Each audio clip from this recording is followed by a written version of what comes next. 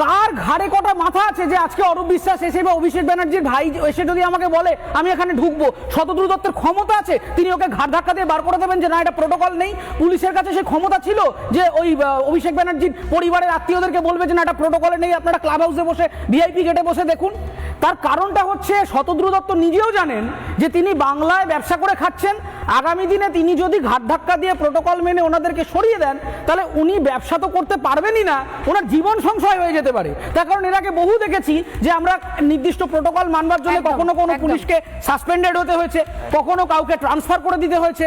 ফলে এইটা একেবারে অপেশাদারী একটা ঘটনা এবং আন্তর্জাতিক মহলে যেটা মমতা বন্দ্যোপাধ্যায় এবং তৃণমূলের লোকেরা বুঝতে পারছেন না যে দেখুন বাইরের আমাদের গৃহে অভ্যন্তরীণ যুদ্ধ, রাজনৈতিক যুদ্ধ চলতে পারে, কিন্তু যখন আজকে একটা বিদেশি খবরের কাগজের হেডলাইন আমি পড়ছি ইংরেজিতে, তারা লিখছে যে মেসির ইন্ডিয়া ট্যুরের আকাশ হয়েছে, তাদের কাছে কলকাতা একটা আলাদা, মমতা ব্যানার্জি একটা আলাদা, মোদি একটা আলাদা নয়, তার কারণ ইন্ডিয়াকে, ভারতকে রিপ্রেজেন্ট করছে। আর সেখানে সমস্ত পশ্চিমের কাগজে বড় বড় করে হেডলাইন যে ভারতে গিয়ে এইরকম বোতল ছোড়ার মুখে পড়ছেন মেসি। কার মুখ পড়ছে? আমার আপনার মুখ পড়ছে।